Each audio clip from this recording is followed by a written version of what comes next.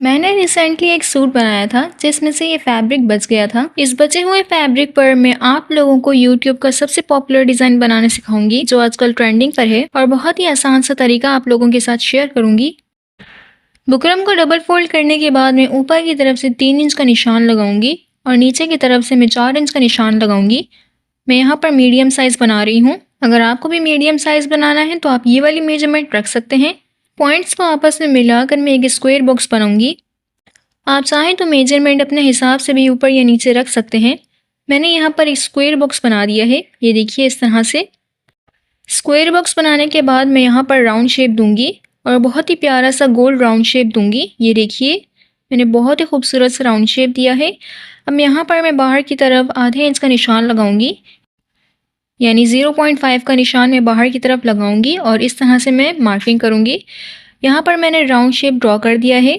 अब लंबाई में यहाँ पर मैं 1.2 का निशान लगाऊंगी और राउंड में इसे शेप देते हुए दूसरी लाइन के साथ मिलाकर इसे ड्रॉ करूंगी, बिल्कुल इस तरह से। ये देखिए कुछ इस तरह से मैंने ड्रॉ कर दिया है। अब हम बाहर की मार्किंग लेंगे, तो अब मैं बाहर की तरफ भी आधे इंच का निशान लगाऊंगी। ये देखिए इस तरह से मैं 0.5 का बाहर की तरफ भी निशान लगाकर इस तरह से राउंड शेप दूंगी और फिर इसको भी मैं ड्रॉ कर दूंगी। अब यहाँ पर मैंने पैटर्न बना दिया है तो अब मैं इसकी कटिंग कर दूंगी। ये मैंने क्रॉस निशान लगाया है, ये वाला हिस्सा कटेगा। अब सबसे पहले तो मैं बाहर की तरफ इसको कट करूंगी। अब जिस तरह से मैंने बाहर की तरफ इसको कट किया है इसी तरह मैं अंदर की तरफ भी जहाँ पर मैंने क्रॉस मार्क लगाया है उस हिस्से को भी मैं कट कर दूंगी। ये देखिए इस तरह से। आप चाहें तो बुकरम को पिंस लगाकर भी इसकी कटिंग कर सकते हैं। मैं यहाँ पर डायरेक्ट कट कर रही हूँ। अब इसके बाद मैं राउंड में भी नेक को कट कर दूंगी और बहुत ही सफाई के साथ मैं यहाँ पर कट करूँगी। ये मैंने कटिंग कर दी है। ये देखिए बहुत ही खूबसूरत सा हमारा यहाँ पर पैटर्न बनकर रेडी हो चुका है। मैं आपको दिखाती हूँ। अब इसे मैं आयरन कर दूंगी। मैंने यहाँ पर इसे फैब्रिक के ऊपर अच्छे से आयरन कर दिया है। अब इसके बाद बुकरम के बराबर मैं आधे इंच का फैब्रिक छोड़कर इसको कट कर दूंगी। तो यहाँ पर अगर आप चाहें तो निशान लगाकर भी इसकी कटिंग कर सकते हैं। यहाँ पर मैं डायरेक्ट कट कर रही हूँ, तो यहाँ पर मैंने इसकी कुछ इस तरह से कटिंग कर दी है। अब यहाँ पर आप चाहें तो सिलाई लगा लें। फैब्रिक ग्लू के इस्तेमाल से मैं बाहर वाले फैब्रिक को अंदर की तरफ पेस्ट कर दूंगी। बहुत ही आराम से मैं बाहर की तरफ फैब्रिक को अंदर की तरफ रखते हुए पेस्ट कर दूंगी। फिर उसके बाद मैं आयरन कर दूंगी। अब यहाँ पर मैंने क्रीज लाइन बनाई है। इन दोनों क्रीज लाइन को बीच में मिलाकर रखते हुए सबसे पहले तो मैं बीच में इसको स्टिच करूंगी। अभी मैं नेक के अराउंड सिलाई नहीं लगाऊंगी। सबसे पहले तो मैं नीचे की तरफ सिलाई लगाऊंगी और यहाँ पर मैं बुकरम के बराबर इसको स्टिच करूंगी। ना ही मैं बुकरम से ज़्यादा दूर इसको स्टिच करूंगी और ना ही बुकरम के ऊपर, बिल्कुल बुकरम के बराबर रखते हुए मैं इसको स्टिच करूंगी। अगर आपने यहाँ तक मेरी वीडियो देखी है तो यकीनन आपको मेरी वीडियो पसंद आई होगी। तो जल्दी से मेरी वीडियो को लाइक कर दें और एक अच्छा सा कमेंट करके बताएं आपको मेरी एक्सप्लेनेशन कैसी लगती है। और कुछ इस तरह से मैंने यहाँ पर स्टिचिंग कर ली है। अब यहाँ पर मैं कटिंग कर दूंगी, तो उससे पहले मैं यहाँ पर निशान लगाऊंगी ताकि जो बिगनर्स हैं उनको समझने में आसानी हो। यहाँ मैं सिलाई के बराबर थोड़ा सा कपड़ा छोड़कर निशान लगा रही हूँ और कुछ इस तरह से मैंने निशान लगा लिया है। तो अब मैं इसकी कटिंग कर दूंगी। तो कुछ इस तरह से मैं सबसे पहले नोचिस लगाऊंगी। इसको इस तरह से नोचिस लगाने के बाद जहाँ पर मैंने निशान लगाया है, जहाँ पर मैंने मार्किंग की है, इस हिस्से को मैं कट कर दूंगी और बहुत आराम से मैं इसको कट करूंगी ताकि हमारी सिलाई कट ना हो जाए।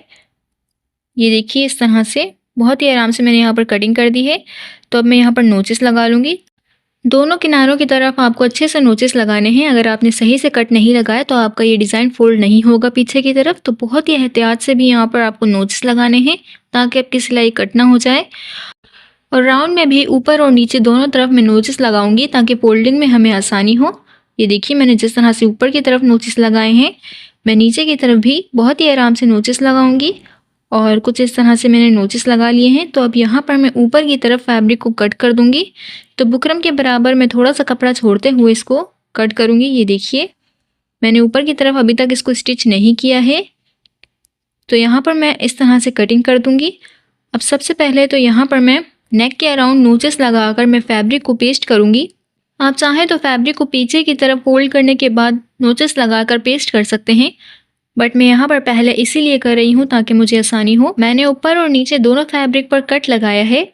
तो सबसे पहले तो मैं बुकरम वाले फैब्रिक को अच्छे से पेस्ट करूँगी। यहाँ पर मैंने कट पहले से ही लगा लिए हैं, तो अब मुझे पेस्टिंग में कोई प्रॉब्लम नहीं होगी। ये देखिए बिल्कुल राउंड में बुकरम के साथ मैं इसको पेस्ट कर रही हूँ और बहुत ही आराम से मैं ये काम करूँगी। आप चाहें तो साथ साथ आयरन कर दें। यहाँ पर मैं पहले पेस्ट करूँगी, फिर मैं आयरन करूँगी। और ये देखिए ऊपर की तरफ मैंने फैब्रिक को पेस्ट कर दिया है।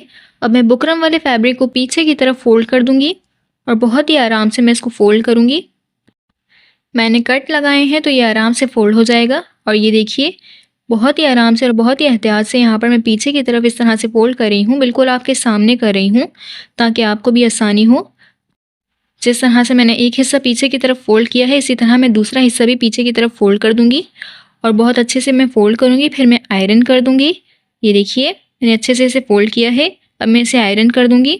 अब यहाँ पर मैंने नेक के अराउंड फैब्रिक को अंदर की तरफ फ़ोल्ड करते हुए अच्छे से आयरन किया है ताकि लेस लगाने के बाद हमें पेस्टिंग में आसानी हो। तो यहाँ पर मैं फ्लावर वाली लेस का इस्तेमाल करूँगी। क्योंकि नेक राउंड में है तो मैं लेस को कट लगा लूँगी ताकि पेस्टिंग में हमें कोई भी प्रॉब्लम ना हो। और लेस के जो एजेस होंगे उसे मैं अंदर की तरफ रखते हुए पेस्ट करूँगी और डिज़ाइन वाली साइड को मैं बाहर की तरफ शो करूँगी। तो यहाँ पर आप बारीक वाली लेस का भी इस्तेमाल कर सकते हैं। अगर आपके पास बारीक लेस हो तो आप वो भी यहाँ पर आप लगा सकते हैं। बुकरम वाली फैब्रिक को मैंने पहले से ही पेस्ट किया था। अब यहाँ पर मैं बहुत ही आराम से लेस लगा रही हूँ। लेस को मैंने अंदर की तरफ रखते हुए अटैच कर दिया है। अब मैं ऊपर वाले फैब्रिक को भी फैब्रिक ग्लू की मदद से अंदर की तरफ पेस्ट कर दूँगी और बहुत ही आराम से मैं ये काम करूँगी। आप चाहें तो पेस्ट करने के साथ साथ आयरन भी कर सकते हैं, बट यहाँ पर सबसे पहले मैं पेस्ट करूँगी, फिर उसके बाद मैं आयरन कर दूँगी। और ये देखिए बहुत ही आराम से और फिनिशिंग के साथ मैं अंदर की तरफ फोल्ड करते हुए पेस्ट कर रही हूँ। अब मैं इसे अच्छे से आयरन कर दूँगी। ये देखिए यहाँ पर मैंने इसे पेस्ट कर दिया है। मैं अभी आपको दिखाती हूँ। ये देखिए अब मैं इसे अच्छे से आयरन कर दूँगी। अब इसके बाद यहाँ पर मैं टॉप की सिलाई लगा लूँगी। टॉप की सिलाई लगाने के बाद मैं नीचे की तरफ भी इसको स्टिच कर दूँगी। ये देखिए मैंने ऊपर की तरफ टॉप की सिलाई लगा ली है। मैं अभी आपको दिखाती हूँ। ये देखिए बहुत ही फिनिशिंग के साथ मैंने सिलाई लगाई है। अब मैं नीचे की तरफ भी इसको स्टिच कर दूँगी। अगर आप मेरी वीडियो पहली बार देख रहे हैं तो मेरे चैनल को विज़िट करना नहीं भूलिएगा। मैंने अपने चैनल पर हर तरह के नेक डिज़ाइन अपलोड किए हुए हैं। आप प्लेलिस्ट के अंदर जाकर भी नेक डिज़ाइन के सेक्शन को चेकआउट कर सकते हैं। लॉन्ग वीडियोस के साथ मैं शॉर्ट्स भी अपलोड करती रहती हूँ और शॉर्ट्स में मैं हर तरह के डिज़ाइन और स्विंग से related tips and tricks share करती रहती हूँ। तो आप मेरे शॉर्ट्स को भी चेकआउट करना नहीं भूलिएगा। बहुत ही फिनिशिंग के साथ मैंने नीचे की तरफ भी इसको स्टिच कर दिया है।